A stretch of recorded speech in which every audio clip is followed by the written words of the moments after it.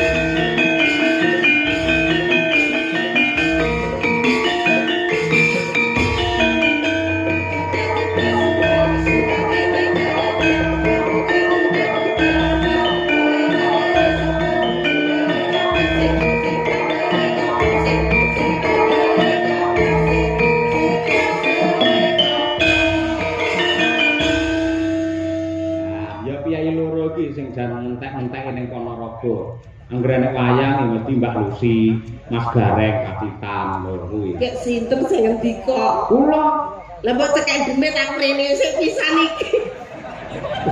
Ngono dadak cekek demit lho. Lah wis sumpah Mas ajeng jumblek alhamdulillah lho. Mbok lek rambah dari atau nggih nembe niki kula. Ampun Pak kula mencelok mriku. Nun sewu. Nggih. Mboten kok kula umum mboten nggih. Nggih. Sing usul kembang lurah dagelan mangke Mbak Lucy niku kula. Mergo kula ndek dasar, mumpung tasik gar sawah, mangke yang besar dibeleh niki Mas. Rencana kula besar ndelek. Ndelek Timbang dibeleh. Iya. Niki lek besar mboten dibeleh Mas nuwun sewu. Piye? Isih rutin dikombor. Mergo kurang gede. Lek didol ora payu. Yen aku dadi Mbak Lucy kudune ora trimo. Dilane kuwi wis 6 lho kowe ngelone sampean kaya ngono mosok ditampa. Alah mboten napa-napa dereng lumpuk ibu kula. Iki lek kula ngomong lah ibu kula lumpuk kok idoni. Lah aja mbok idoni aku mbok idoni ning jambon iki ilere keteko saprene kok mari. Ora mesakne lho ning jambon enek jambon dadi panu. Terus kok idoni ning media dadi kurak. Kowe ngenyek lho, ora ngerti fungsine sapi. Nyuwun sewu nggih Mas. Monggo. Iya. Fungsine sapi, ilere sapi kok kena nggih maskeran. Ilere sapi kena digo maskeran. Mari mempercantik, memperhalus kulit. Lho, ya ta? Mari ngono kulite sapi lho, kena di apa? Kena nggih karpet, kena nggih hiasan. Lho, sepatu. Nggih sepatu, terus letong. Kuwi kena tinggi pupuk kan. Pupuk organik iki lombok karo terong kuwi diwenehi pupuk. Letonge sapi kuwi mari subur. Ngerti kok? Piye rek kena urung? Wis kena urung. Ya wis ora masalah dek iki kabeh saiki kurap saiki brenyeh ora apa-apa. Siji sing kudu mangerteni. Apa? Susune sapi memberi gizi kabeh kiai-kiai ning kene-kene. Lho, jaman tanggoku nek gizi buruk nggih nyuwun sewu. Pak Lurah wis mumet kok. Arep kok susu anggarane kan entek kok. Wah, akhire aku ngadeg we ning arep bali desa terus sampai wong sak Yuk. Wong sak ceko mbok empengi. Upamane sing kok empengi Pak Haryanto terus piye? Nah, makane saiki Pak Haryanto malah mulus. Mergo Ya aku mau empengi to. nggih kedaluan kok mau. Mas ya kok yo.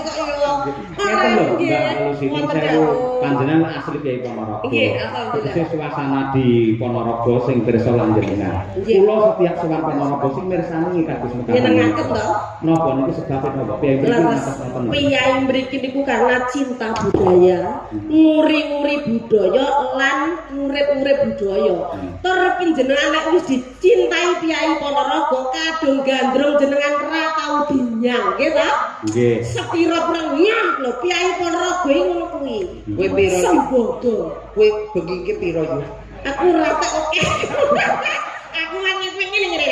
Mergo ngene, Pak Haryanto itu kan terkenal piyainya baik gitu. Tadi niki wau sak rombongan Bu Camat beserta lurah-lurah sekabupaten kecamatan Babatan mboten saged rawuh karena nembe studi banding di Magelang. Niki sing makili para bapak carek-carek sedaya. Oh, nggih. Tur kanca-kanca lurah ngrasani ngeten, Duh, rasane nelongso mboten saged nenggani pagelarane Mbah Lurah Polorejo karena Mbah Lurah Polorejo niki terkenal piyayine entengan. Sae, dadi kanca-kanca sami getun mboten saged. Nggih, sae wis nyah-nyah piyayine. Nggih to. Mbah Lurah kang pundi to? Lah, ing ngelem kan mau roh. Lah kecek lho tuh. Awakku banyak petek to. Pundi to? Nyuwun sewu. Endi? Ingkang pundi Mbah Lurah? Oh, kuwi lho sing rekane dijambul kuwi lho. Sing pundi sambungan. Kok goreng? Pundi? Oh kan, oh nggih. Oh sandinge Mas Goreng menika. Iya pundi? Balurake sing ngandung sokok cempeng niku. Oh alah, masalah. Ngomong petang-petang Piyayine. Oh, sing digoleki kena Mbak Lurah. Arep belum iso nginang ini. Piyayine hitam manis, auranya sabar. Leres. Nggih. Halo. Salam saking kanca-kanca Mbak Lurah, tapi estu malam hari ini luar biasa pagelarane. Ada kok yu. Dalange kondang, Dalange yoga masalah undang. tadi. Wis sapa sing ora ngerti? Kicah yo kuntadi. Dosen isi Surakarta dalam percontohan. Jadi iki para dosen-dosen kabeh sing ngabohi. Yuk. Ya po. Aku tak ngalih rene. Lah apa? Urung sampe dagel ra itu bonyok dukok. Iki Lho, kuwi saka semangate Mbak Usi kok ya. lho semangat apa semangat iki sidan apa kula sawa. Lho kok akhir ngomong kok nyembur kancane. Kowe ora ngerti sinden kuwi ya. Aurane sinden. Sinden kambune wangi. Ora iki mendung. Sinden gak ambune wangi-wangi. Lho, oh abah wis sinden kuwi mengandung emas batangan. Otak nae kelak-kelak dadi emas setengah gram rata. Aku ora dadi mas batangan kok yu. Lah apa? Aku bar mangan bakso. Ora dadi batangan kok. Nggih, Mbak Lucy, kalian Mas Gareng. Hajatipun bersih desa. Bersih desa. Nggih, wonten awala niki. Nggih. Assalamualaikum warahmatullahi wabarakatuh. Waalaikumsalam warahmatullahi wabarakatuh. Saking keluarga besar KUD Sukamaju, saking laladan Sukorejo Ponorogo, menika klebet Pak Karsono wau, nggih. Kagem Pak Dalang Cahya nyuwun gending caping gunung kalian ninggal katresnan. Nggih jawab. Gending menika kagem sedaya pamirsa sugeng mirsani wayang kulit sedalu natas bersama Dalang Ki Cahya tadi sampun kesupen benjang tanggal 25 April mirsani wonten Desa Kedung Banteng. Matur nuwun saking KUD Sukamaju tertanda Bapak Haji Karsono SP. Nggih. Ugi wonten melih. Assalamualaikum warahmatullahi wabarakatuh. Waalaikumsalam. Pak Dalang kula Mbah Untung sing mbau reksa apa nggih? Gogo Kalang nggih. Gogo Kalang Timur. Kula nyuwun lagu Kembang Rawe. Lagu niki mangke kula aturaken sederek Anggi sing dodol Cemoy. Nah nggih. Kalih sederek Suprih sing dodol Cemoy. Nggih. Di warung-warung ya do dikirimi lagu. Nggih. Ugi menika malih setunggal saking Mbah Wotahid mantan kami tua dukuh Polorejo Krajan. Nyuwun gending utawi sekar gula klapa Kembang Rawe. Gending menika dipun aturaken dumateng Bapak Haryanto Kepala Desa Polorejo saha pamongipun Bapak Suhari SH sekalian selaku anggota Dewan Perwakilan Rakyat dari PKB, juga Bapak Ibu BPD lan LPMD Desa Polorejo, ibu-ibu PKK dan Karang Taruna, konco-konco kelompok tani se-Desa Polorejo dan sedaya para penonton. Caping gunung riyin. Ning kula niki badhe ngenteni salam rumiyin Monggo, saking monggo. penggemar jenengan Nggih. pun sami nyewa kendaraan demi mirsani jenengan iki rombongan ten mriki. Saking pundi? Nggih, saking Kelurahan Keniten wonten, saking Kelurahan Bedri wonten, saking wah babatan wonten komplit niku nyater mobil. Alhamdulillah. Spesial untuk Mbah Lurah lek ndawi ngeten. Untuk Kang Anono Mas Gareng teko limbukan wae pun beres. Oke. Untuk malam hari ini tak diskon sampai goro-goro ora bayang. Ini gak karo cangkok tadi aku sulit. Pas ya toh. Mbak Lurah biar tidak sedih karena teman-teman Lurah tindak. Betul. Nggih. Tadi Pak Lurah Kabupaten Campur ya. Nggih, pasti Pak. sebelum kabeh. Sakniki Cak Cak Gunung dijengglengke sing jengleng Mas Gareng sing nembang bulusi. Jenggleng caping gunung. Kamu ditani Mbak Lurah niki mau. Mbak Lurah napa warga masyarakat? Bapak Haji Karsono. Pak Karsono. Nggih, alhamdulillah. Muga-muga. Nggih. Itu Mas. Enggak. Saben bengi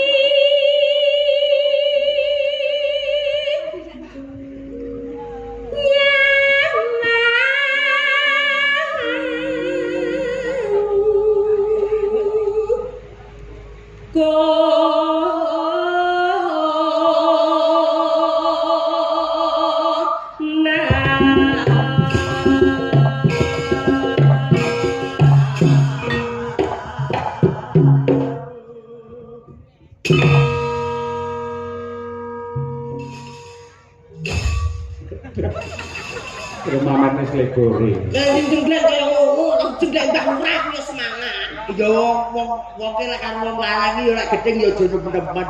Lek wis ki ya ora sah ngene. Lope wis bae kok ngene. Sosok wong wedok iki gedhe karo lanang yo ngono. Mosok lek wis bar ya ngene ngono. Beda lek bojoku. Piye? Oh bojoku lek bar ora ngene ngono. Piye?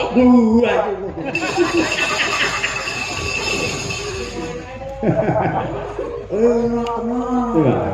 Yen menajak gak gelem disingkur. Ya wong adu rono sik. Hamong karo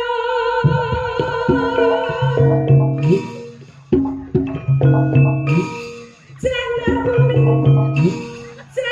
kuning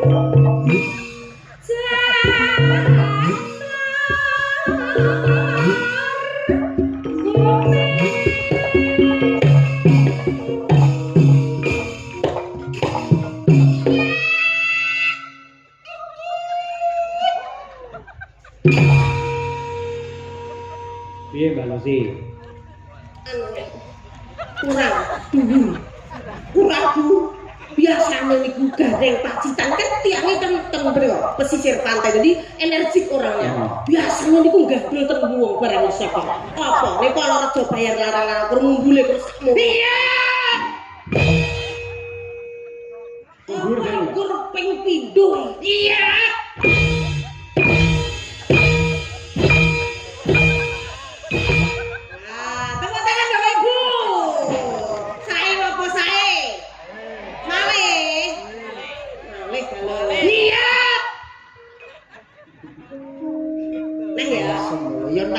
kan yang menunjukkan bahwa kamu itu seseorang yang multi. Oke, baik. Aku wis gur manut tok malah karo.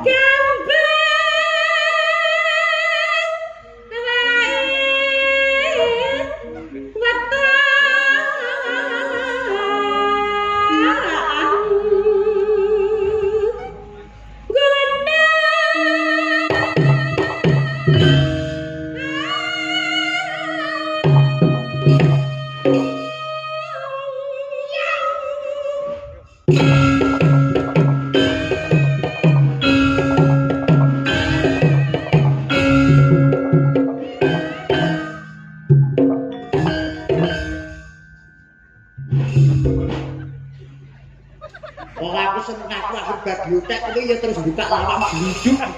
Kok mbok barane ono bar-barane? Ya bojomu teko. Loh, ning panggung iki nek bojo-bojoan ning panggung iki kita milik umum. Milik umum saiki kok apike kok mulih aku ditojok bojomu. Kalau di panggung itu harus profesional kerja. Contoh, Mas Cahyo pun tadi kan garwane Bu Kesi. Loh, kalau di atas panggung Mas Cahyo milik umum. Milik kabeh sing mirsani. Ngono tenan. Iya. Oke, baik. Itu malah ngedek beneran demok sampe demok sesuk enek dagelan ndak sih. Wong lanang bingunge adoh jarene kudu sing totalitas nek cedhek mbok irani ndasku aku mulai nggawa ndas apa? Ya nyilih sirah tanggane. Kan yang duwe sirah liyane. Aku ngomong nyowo. Yo.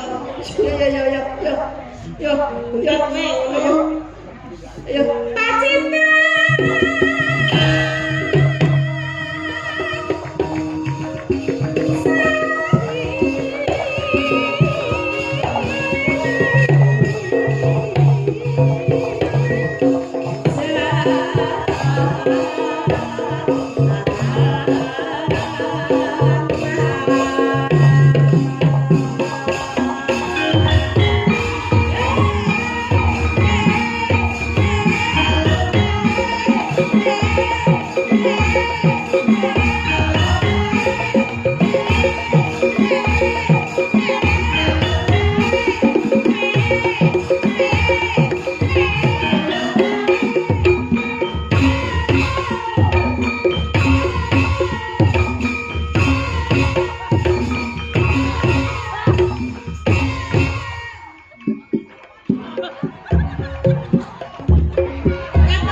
Iya, Rek. Kare mak gadul-gadul mah. Anyang-anyangen yo. Lek nek akamu wong nyenggol wae ora kok. Lah seleborku nyanggone anake bocah. Wong iki kudu energi lho, sampeyan iki sik enom. Nah, lincah. Ora berarti kan imbal-imbalan. Aku lek duwe bojo kaya sampeyan energi, sing wedok iki kudu energi. Ngimbangi. Yo wong ngimbangi ya delok-delok tapi wong esuk aku bar ngedos nyae kok ngimbangi aku yo kapok. Sekarang harus ngedos. Ora kuwi dene Purworejo. Terus iki wis apik jambel-jambel dodolan iki dodol. Alah tiba awakmu dodol buha. Oh iya, aku sembarang kok. Nah ya. Iya. Nate cap.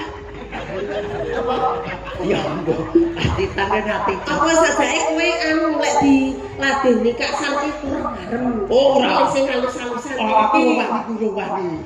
Nek cukup awakmu dhewe wae. Lah nyapa lho iki bebas iki sing kaya Arjuna iki kene awakmu cepane kaya kene ayo. Apa cepane nuwun sewu lho Mas. Pripun? Nuwun sewu lek mbake sing setunggal niki kali sing setunggal paribasan menika niki kelangenan.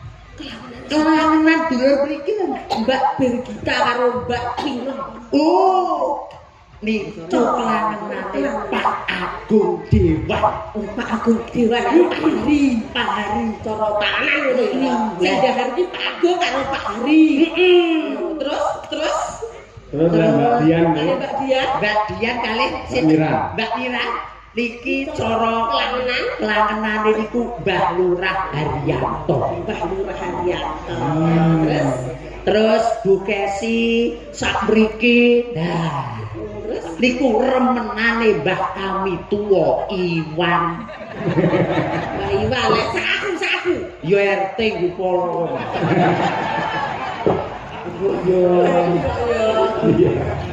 Iya. Panas.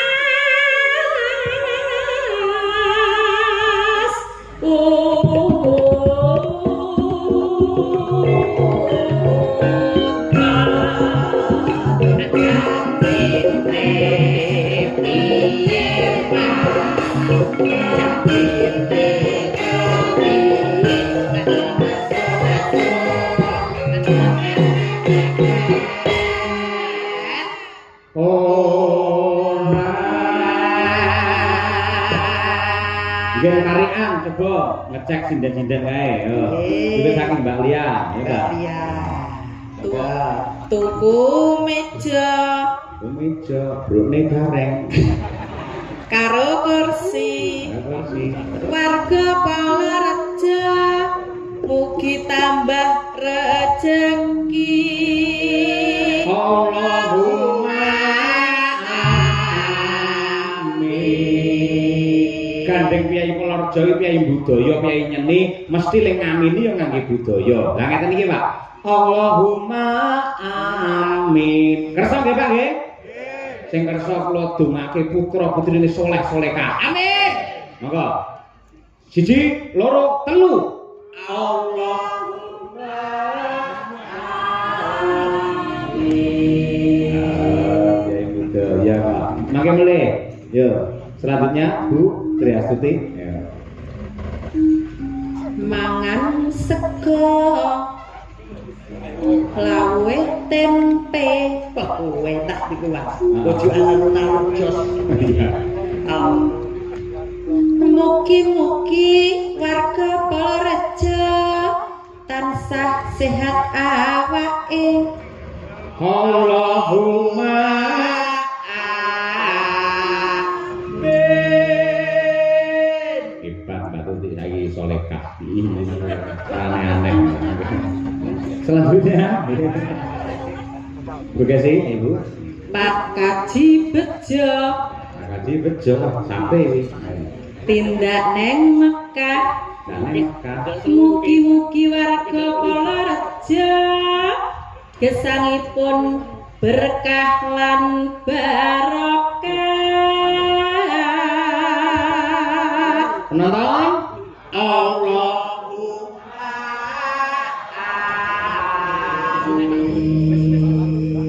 Mbak Mira, yuk. Ono Mbah Arjo Mbak Arjo, tindak Surabaya. Tindak Surabaya. Mugi warga Polorejo tansah bagya mulya. Penonton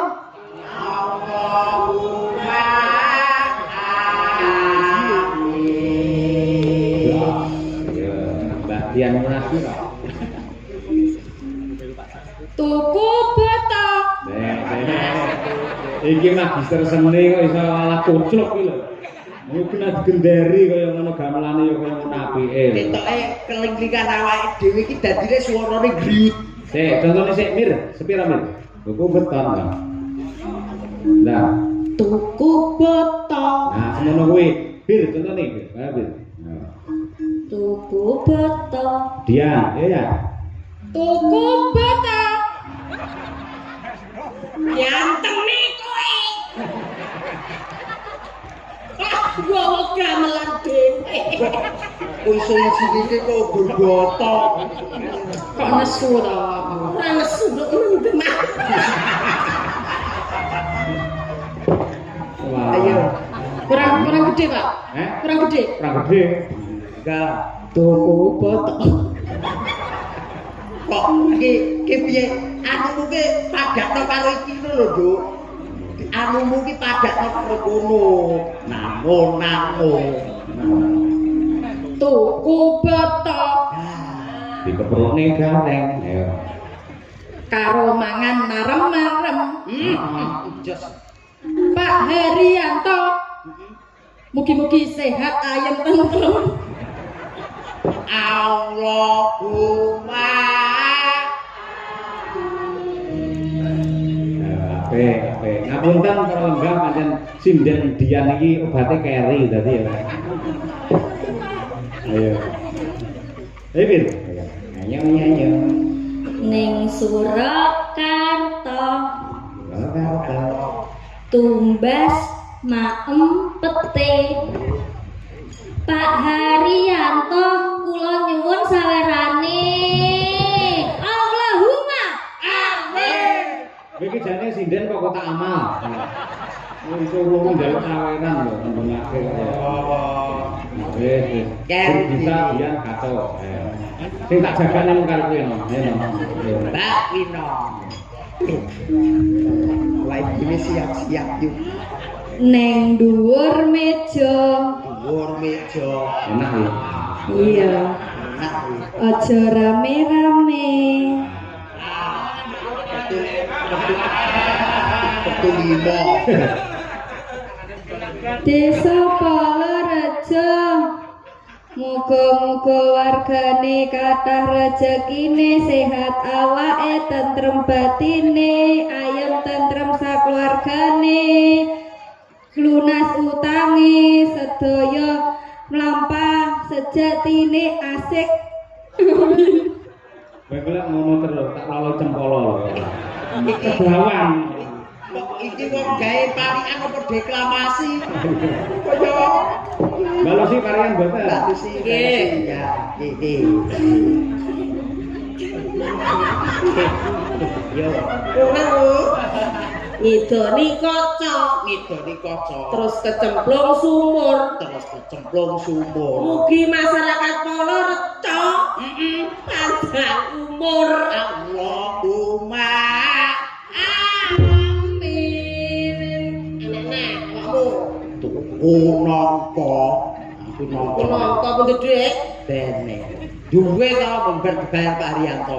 jare wis dibayar sesasi Lah ya wis isik turah 75 tak mebel tuku nangka kan yo.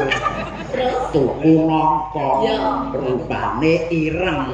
Wong sak Polo Reja sing wedok muga-muga meten bareng.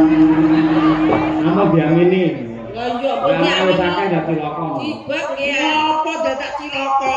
Kok iso? Ketok ndase ya didelepne neh. Tanah kucing kok. Panas dengan Panas udan panas aling-aling capek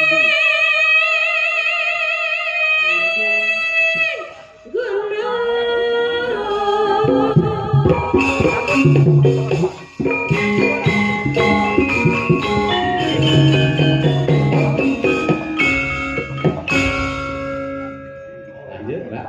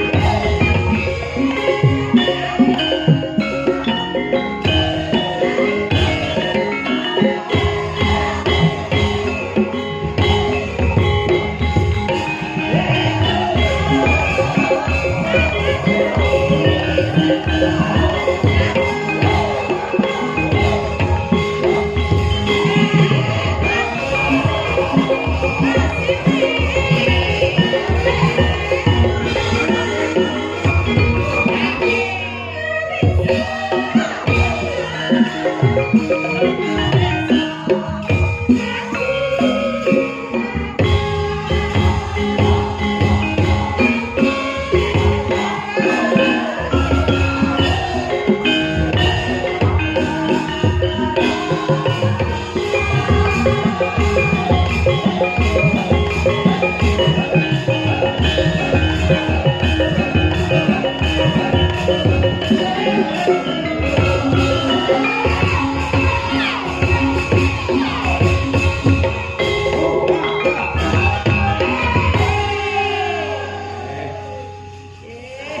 sembah nuwun. Bagus, bagus. Kompak rancak semangat.